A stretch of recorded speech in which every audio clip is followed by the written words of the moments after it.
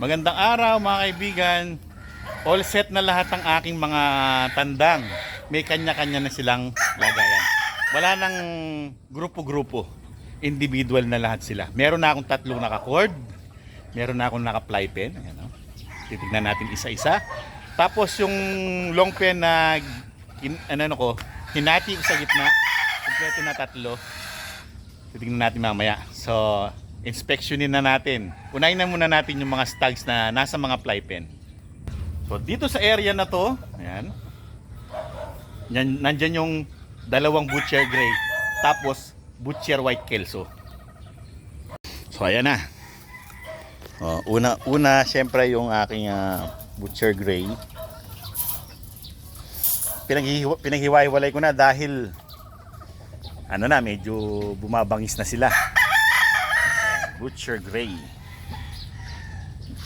Nano lang yung mga buntot niya na lalagas na. Nagpapalit siya ng buntot. Mamang-mama no. Medium station. Yan ang mga gusto ko. Yung mga lemon medyo maliit eh. Parang medium low sila eh.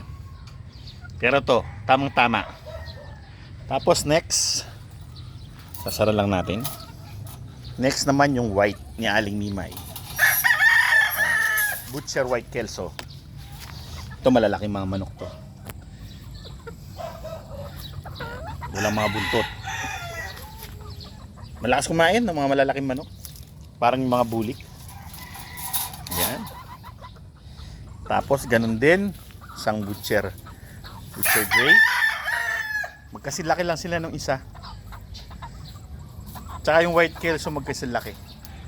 So yan ang aking Butcher Gray. Tapos isa pa dito. Yung White Kelso ulit ni Aling Mimay. Yan. Matatangkad na manok to. Yung buntot niya mutubo na. Mga P-comb sila. Yung mga Butcher Gray straight comb. Tapos maganda yung mata, deep orange. Yan ang mga naka-fly pen sa harap. Tapos meron akong isa dito na naka lemon, naka scratch.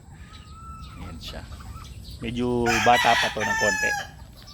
Tapos dito yung aking naked neck. Ano na siya, mama na, meron na siyang kasamang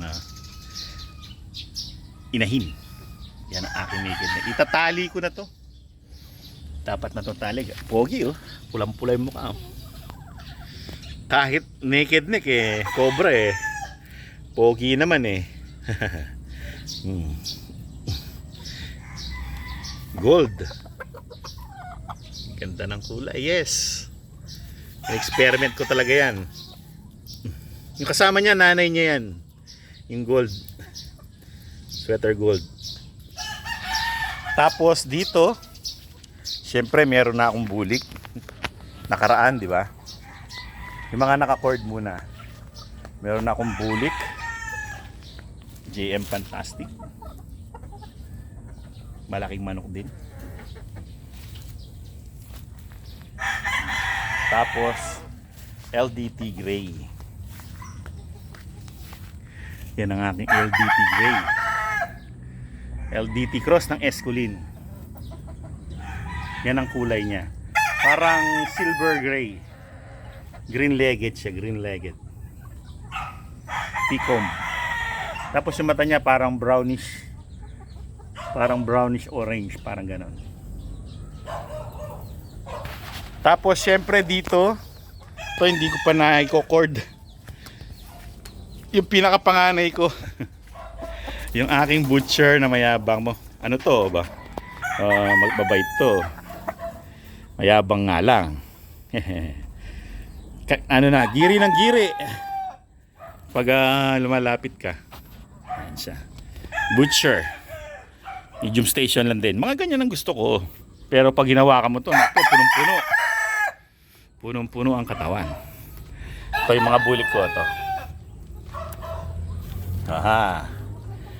Gwapo no. Yan ang aking mga bulik. 34 bulik. Tapos may kasama na siya yung gray na pulet. Ito pa yung bulik na isa.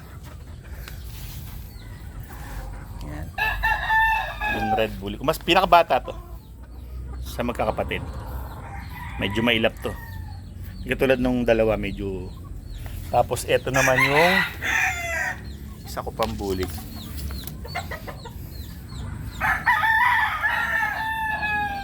Yan. Di yan paling ah. Papaling-palingan lang pero hindi yan paling. Yan, may kasama na rin ano, pulet. Tapos dito naman, siyempre, ang aking lemon na mailap. Medium lang din. Mailap yan, mailap. Yan, lemon.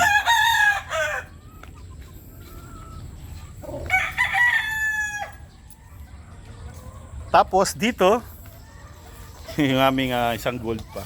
Pero hindi siya cobra. May kasama na siyang pulet din. Pati yung black ni Aling Mimay nandito. Ayan. Kaso bata pa itong mga to. So ito naman yung aking hinati na, pero wala na akong aluminum kaya yero na lang eh. Pero okay lang din. Ayan si Blue at si Buttercup ni Aling Mimay. Yan ang dalawahan. Ito pa, meron pa akong dalawahan dito. Tatlo yan. So nakapaglagay ako ng 6 na inahin. Ito pa. Oh. Ito yung dalawahan din yan. Tapos dito na tayo sa likod. Ito yung dalawa ni Aling Mimay. Dito ko lang nilagay. Ayan yung bulik ni Aling Mimay. Saka yung kanyang sweater. Pinakabunso yan sa lahat ng mga nandito. Nandito meron ako dun sa likod. Ano yun eh. Yung mga mitra ko yun, yung mga native ko yun eh. Tapos, ito rin, binata na. Yung lemon. Oh, may kasama na siyang inahin oh. Pumorma kahit bata pa. Pumorma na. Ganda na mukha oh. Ang liit may kasama na siyang inahin. Ganda ng mukha nyo. Puppy face. Tapos dito yung isang gal. Siyempre. Ayan. Pumorma na rin oh. Bait yan. Bait yan. Pogi oh. Pulang-pula oh. Meron na siyang kasamang inahin. Ayan. So lahat ng mga stag namin naka individual na silang lalagyan na sinamahan ko ng mga inahin at pulet. Tapos dito naman yung aking paboritong gal, siyempre naka holding stone. Special ito kapag hapon na kasi nilagay ko na sa holding stone. Kapag umaga nilalabas ko yan, inaano ko, kinocord ko doon sa labas. Tapos pag papakainin ko na, ibabalik ko na sa kanilang holding stone. Ayan. Para lalo silang mabait. Bala ko kasi itong laging hima-himasin eh. Ito, tignan natin na malapitan. Ayan. Ayan siya yan. Ayan, paborito. Tapos ito yung kapatid niya. Sinasanay ko na rin. Ayan. Sara ko lang to. Yung kanyang bahay. Oh. Ito yung kapatid niya. Pangit ang buntot nito. Hindi katulad ng kapatid niya, mas maganda yung buntot. So dyan ko na sila nilalagay ngayon. Para nahihimas ko sila mabuti. Yan. Tapos, meron pa ako sa labas. Ito naman yung nilabas ko lang. Nasa labas siya ng gate. Para sa damo lang. Para sa damo lang. Ito yung pinaka-paborito ko naman na lemon. Yan. Ligtin natin siya ng malapitan. Yun. Yan ang pinaka-favorite ko naman na lemon. Puppy face. Ganda ng mukha niya. Yung isa hindi ganyang puppy face eh. Yung lemon ko na isa yung medyo mailap. Ito puppy face. Magkasilaki lang sila. Puppy face. Ano rin to? Hihimas-himasin ko na to para ang dami kong hihimasin. So mga kaibigan, ayan yung mga stag ko Napakarami na. naka-individual na sila. Ang pinaka problema ko na lang ngayon kung paano ko sila hihimasin lahat sa isang araw. So, napaka-importante nun kasi para hindi sila maging mailap. Lalo na yung mga naka-cord na. Para maging maamo sila, madali silang alagaan. Kung ikukondisyon sila, madali lang sila yung kondisyon. Mahirap kasi mailap. Tsaka yung mga mababagsik na kinukondisyon, syempre. Diba? Hassle ng konti. Pag mabait ang manok mo, yan. Napakagandang alagaan. Shout out BBC Emerald BSN Fall from Eddie Falaria Jr. and shout out kay Christian Buwaga. So well mga kaibigan, shout out sa inyong lahat dyan. Sa mga gusto mag shout out, comment lang kayo at para ma-shout out ko kayo. So well mga kaibigan, yan ang aking manukan ngayon. Yan ang setup nila. So well mga kaibigan, hanggang sa susunod na episode. Paalam!